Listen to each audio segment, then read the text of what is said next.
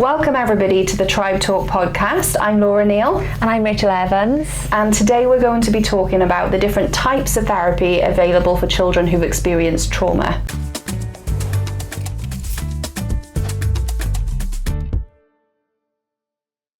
So there's lots of different therapies out there for children who've experienced trauma, and it can be such a minefield for parents. So today we're going to give you a little bit of a snapshot, go through some of the most common therapies for children who have experienced trauma. Yeah. A question we get asked a lot of the time by parents, by social workers who phone us is what therapy is most suitable for this particular child, for this individual need. But the answer to that is there isn't one therapy essentially that's right for every single child. There's different things you have to do to work out which therapy is right for an individual child. Yeah, and that's what we spend a lot of our time doing whenever we see a new child, meet a new child, or come across a new referral, is reading a lot about that. It goes back to our trauma-informed care and that intervention planning and that process, isn't it? So understanding what that child's trauma, then understanding their current presenting needs to then be able to intervention plan further. And that's what we do, isn't it, is assess first. Like, that is the most crucial step, and that comes into those first couple of steps within trauma-informed care, or practicing that. To help us decide what therapy is best, and that assessment, it can be with a child, but sometimes it's over the phone, or it might be through a meeting. For one of our services, for example, we have initial consultations which take place online, where the adults talk about the child's needs, and then the therapist can determine the best therapy that's right for that child to meet that individual need. And that's where we pick apart then what therapy is going to be most suitable depending on where that child is in their trauma recovery journey, and also what modality is going to be most beneficial. So how does that therapy need to be planned, and how does that need to look for that child? And the type of therapist that then delivers that therapy, because depending on, one, the child's needs, but two, how the child engages, what they like to do, will determine the best therapist as well for that child. And you bring up a good point, because we also spend a lot of time matching as well, therapist to child, and that comes back to what information we get back through that assessment. So is it best that child is placed with a male or a female therapist? But it just comes back to that assessment point is really important, where we're considering, because there's lots of different things that we're thinking about, or considering when a child begins therapy, what that needs to look like for them, and who that needs to be with. And that's so critical in getting it right for the child. And we'll hear very often, oh well, that therapy didn't continue because that child wouldn't engage, and quite often it's because the planning around that hasn't met the needs of that child to help them engage, essentially. That happens so much, doesn't it? Where therapy started, there's some sort of disengagement then from the child, and then that stopped, and we could have just thrown out a really good program of work for that child if we had supported engagement in a different way.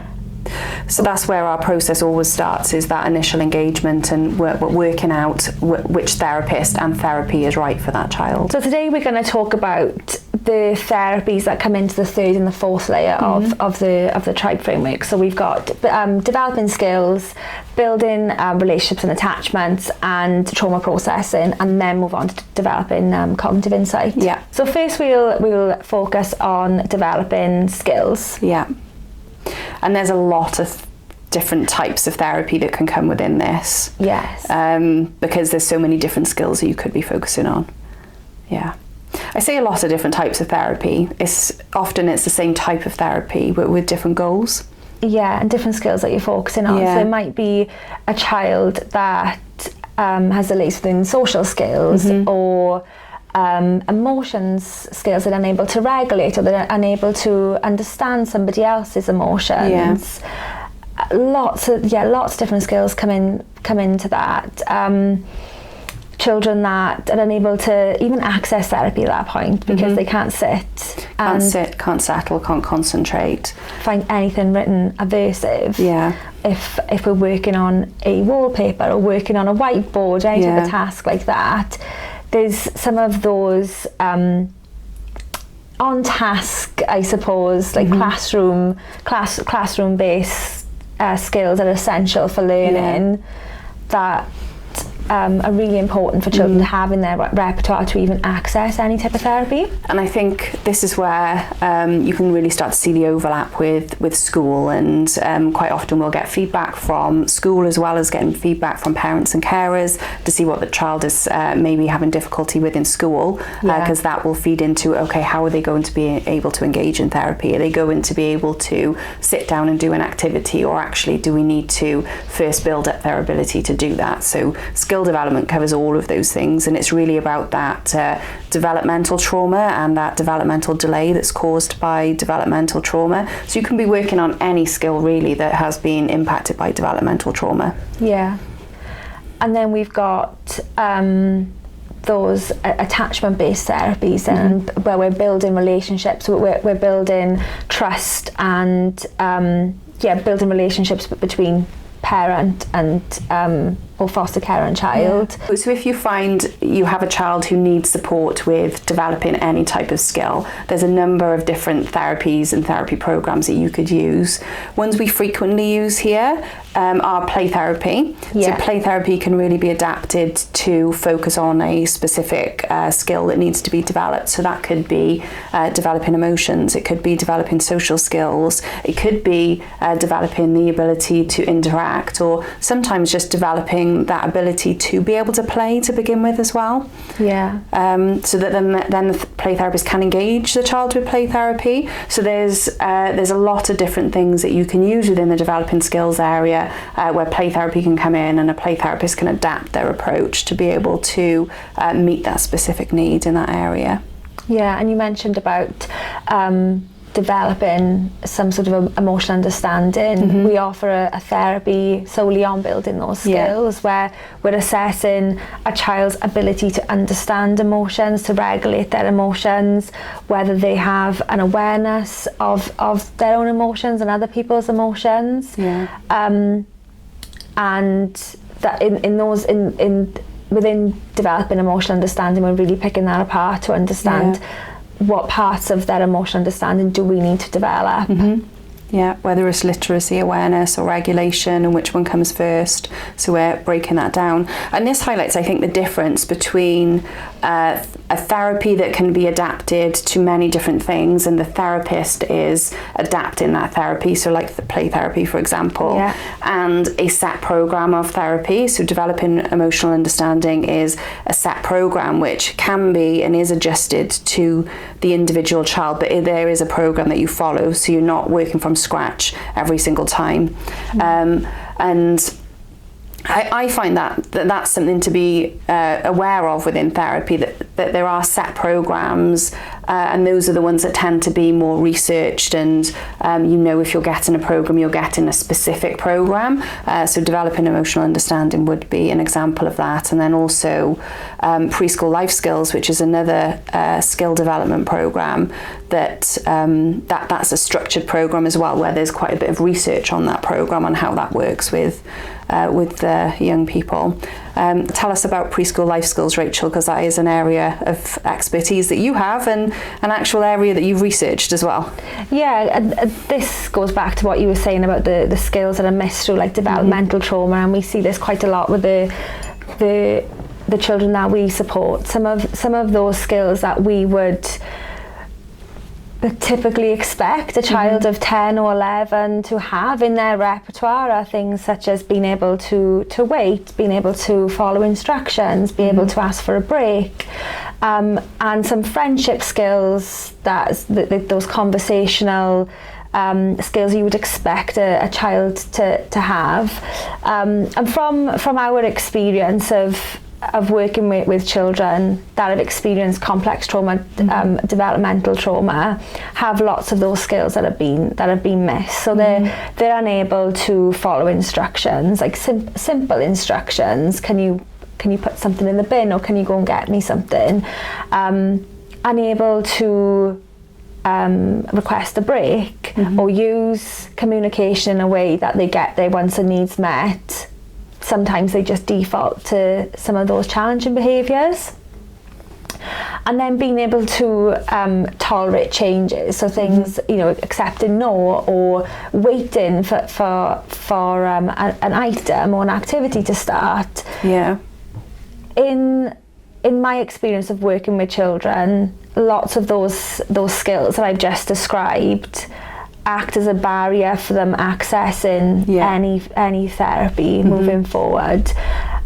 Any other skills or any other trauma-based therapies as well. Yeah. So often we're working on those skills and recommending a skill-based therapy to develop the skills so that they can then access another form of therapy. Yeah. Which is an interesting way to look at it, I think, because quite often I think people jump to, oh, well, they need trauma processing or they need cognitive behavioural therapy, and actually we've got to take 10 steps back and develop the skill that they need to be able to access that therapy. Yeah, and it was like what you were saying previously about engagement.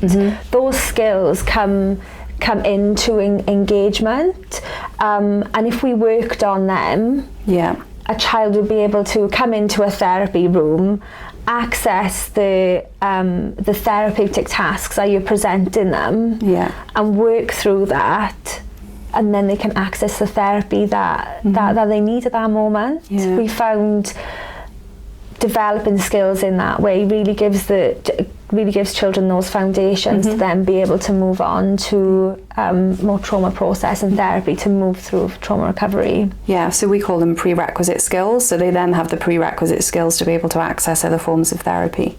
Yeah, which is really needed. And so within the developing skills area of the tribe framework, we can be looking at any type of skill and recommending a therapy based on that specific skill. But something to be really mindful of is the difference between a structured and an unstructured program. So a structured program is where you've got specific milestones and you've got things that you're working towards, and many young people would have gone through the same structured program. And then an unstructured program is something that's more bespoke and developed individually for that child, but you might not have milestones that you're working towards and reaching, and then it's really important to put those reviews in place to make sure that you're reviewing progress all the time if you've got a less structured program in place as well.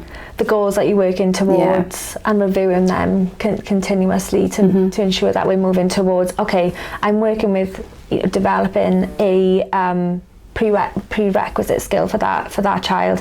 How is that child developing in that skill domain? Are we making progress, or do I need to change my teaching tactic? Yeah, and remembering that anything can be covered, so it can be emotional skills, social skills, you can be working on something like memory, you can be working on those preschool life skills as we talked about. It can absolutely be anything within that skill-based arena where there's a delay. Yeah, and those bespoke, when we make bespoke plans, like you said, where we can then focus on lots of different skill domains for that child, because sometimes it is a collection of working on emotions, working on social skills, working on friendship skills.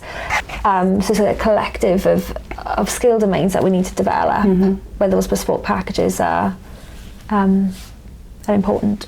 So next we've got the building relationships component of the tribe framework. So Laura, do you want to tell us a little bit about some of the therapies that we could provide within that? Yeah, layer? Sure. So this layer is all about building those relationships and building attachments, and that can be attachments between the young person and their carer. It can be their general ability to be able to form attachments, how they see relationships. So there's lots of different things that could be focused on within this layer. And lots of different ways you can do it, and therapy is one way.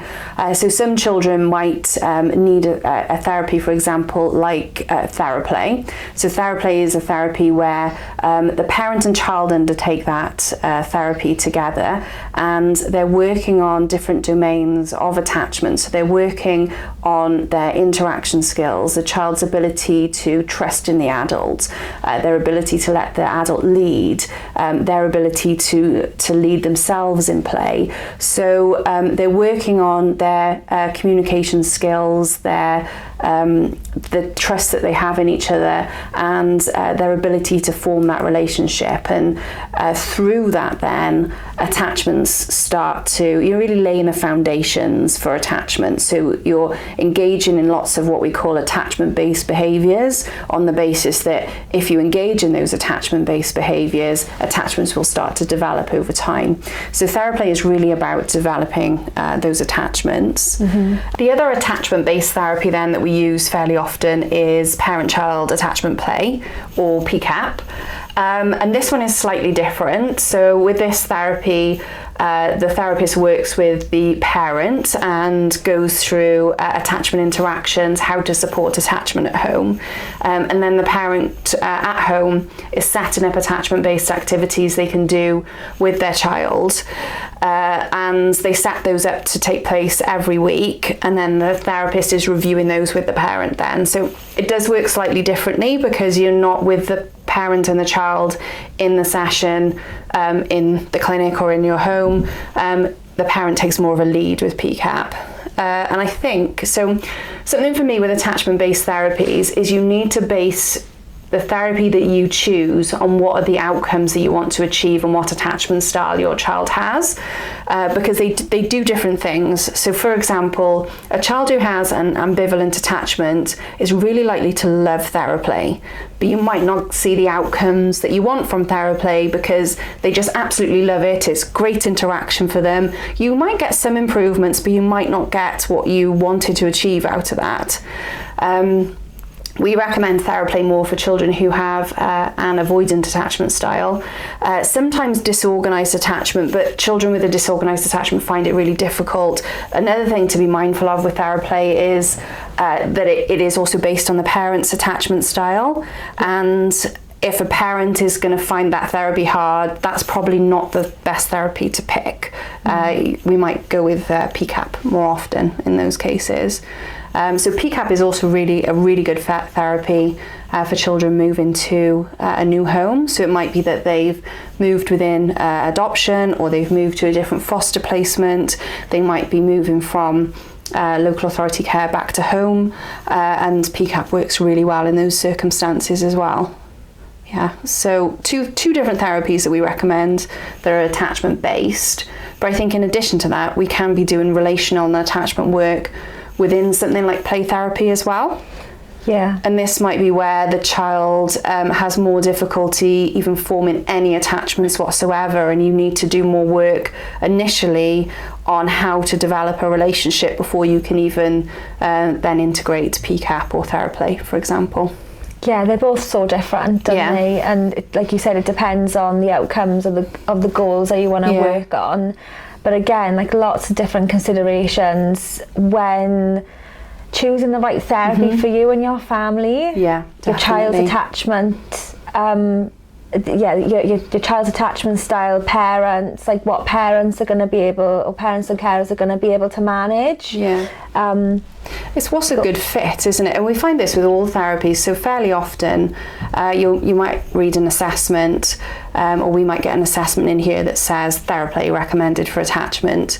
But there's no reasoning why theraplay. It's just because theraplay is probably the most well-known attachment-based therapy. So that's the one that's recommended. Yeah. But that's not always a therapy you need. So you always have to be questioning what's a good fit for this child, what's a good fit for this family, for all of our therapies. But we see it more often, I think, with attachment-based therapies. What needs to be worked on, isn't it?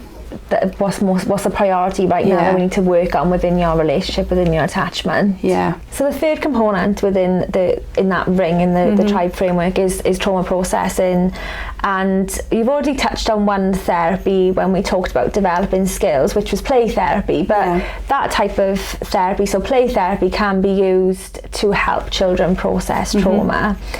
So it could be that a child is already acting out some of their experiences, where we might think that play therapy is beneficial to them. So a child might be playing out with two figures, domestic violence in the home, or choosing items within the play space that indicate conflict, or where they might choose a gun or a sword or a knife, or playing out some of their experiences. Play therapists might use like sand tray to help complement some of their work, to help children play out some of those experiences. Yeah. And try to make sense of what's going on for them. So particularly with play therapy, we might use play therapy for our children who are less verbal or less able to communicate. Yes. So play helps them. Our play therapist Leisha always says that play therapy is their way of communication, and so we definitely recommend play therapy in those circumstances where children are less able to communicate. Or children who've experienced trauma pre-verbal. Pre-verbal trauma as well. Is beneficial for them because they've experienced that trauma before they've had the ability to even communicate, and that is their way of expressing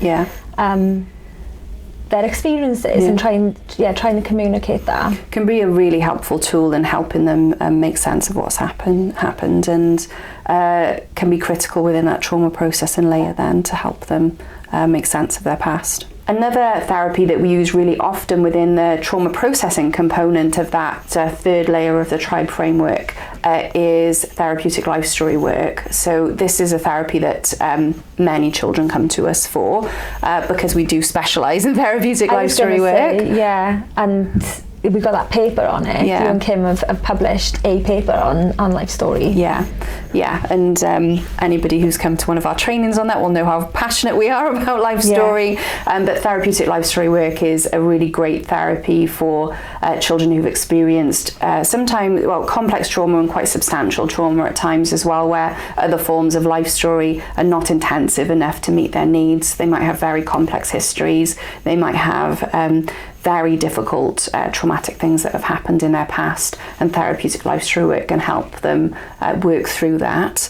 But again, it is about getting that therapy right with the right person at the right time.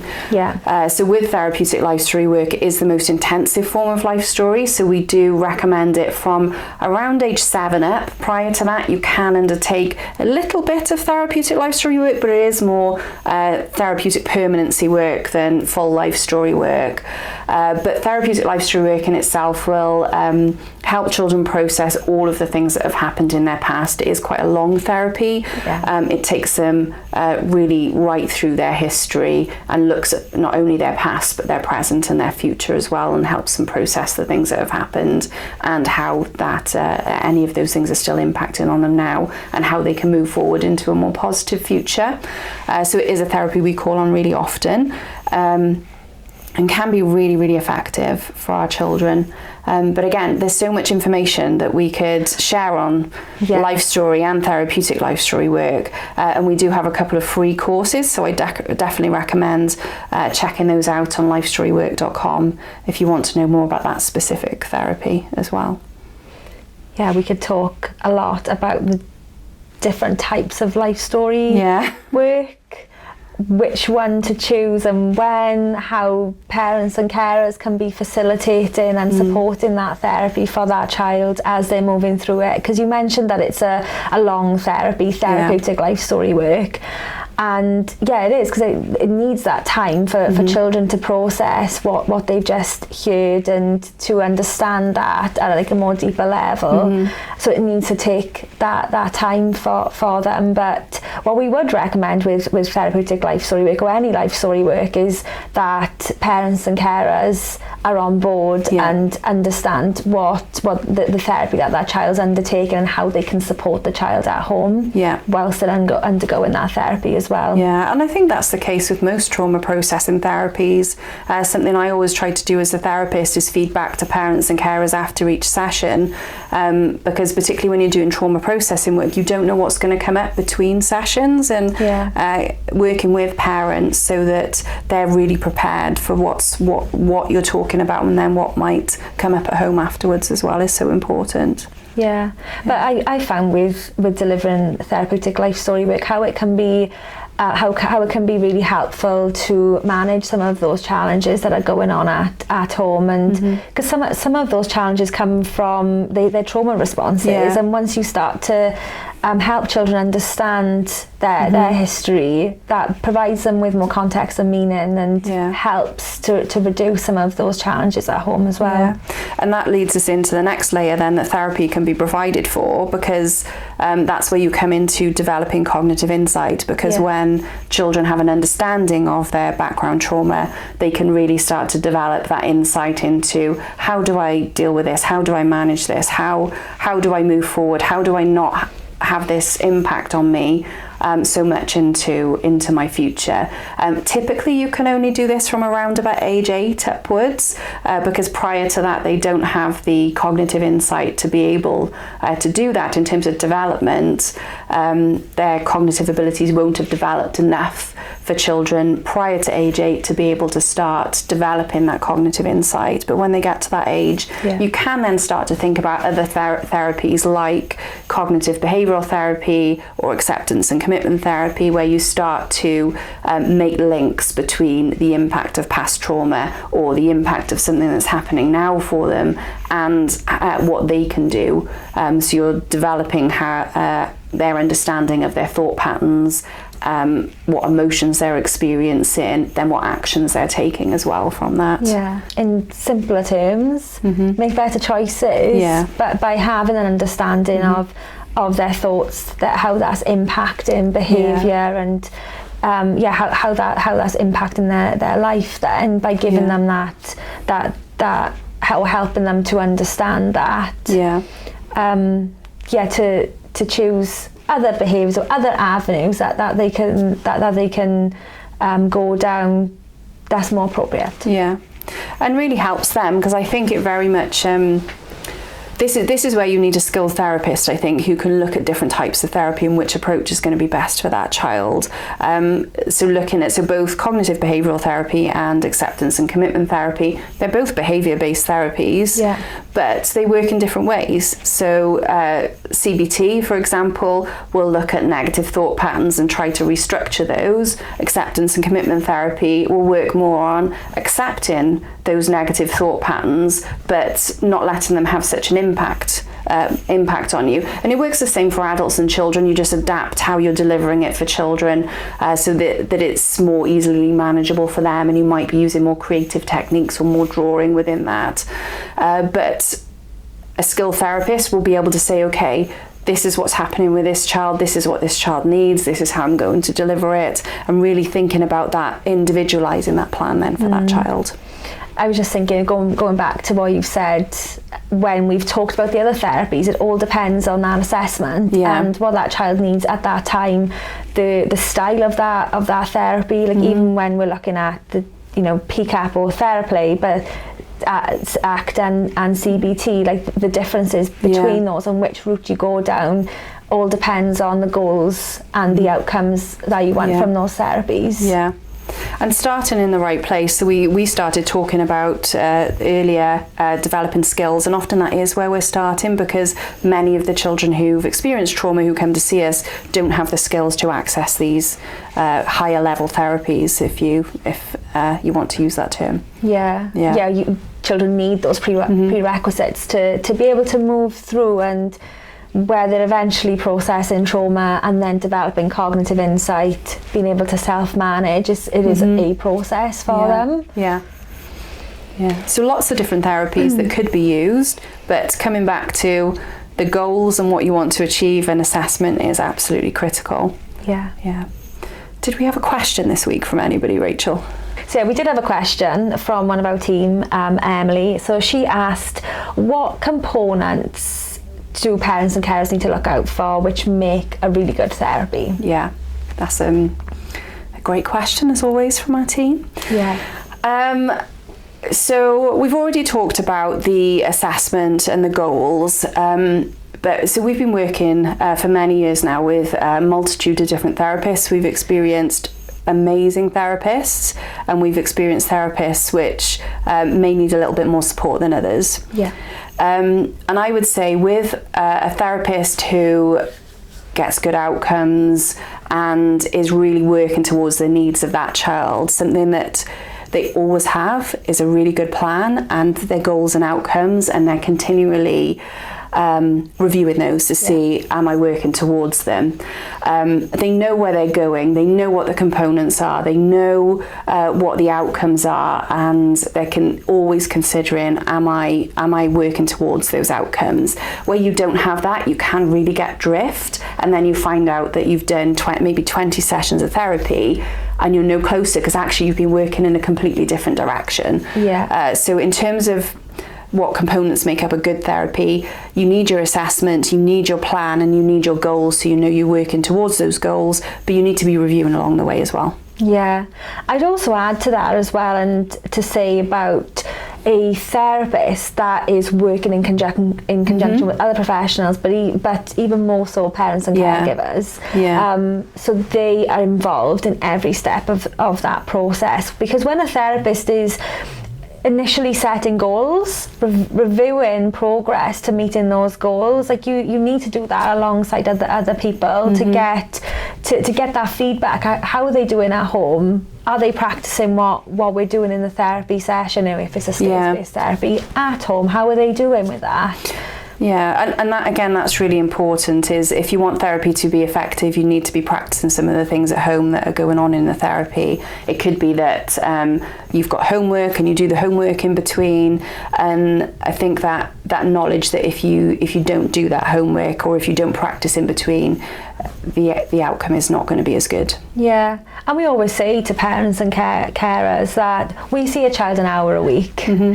You're with them 24/7, so the more that they can be supported at home, outside of therapy sessions, you're gonna see those skills that we're working on, in all settings that they're accessing, and that is like the main goal.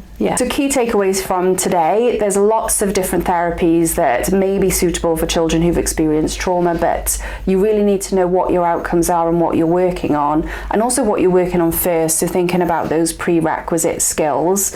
And then once you have a therapist and a plan in place, making sure you know what your goals are and that your therapist is working towards those goals, and that you're reviewing regularly to make sure you're moving in the right direction. Yeah, you're continually asking questions. And seeing where your child is in terms of progress, constantly checking in, and supporting that therapy at home. Yeah, definitely. So that is it on our podcast for this week. So for more information about trauma-informed care in practice, subscribe to Tribe Talk.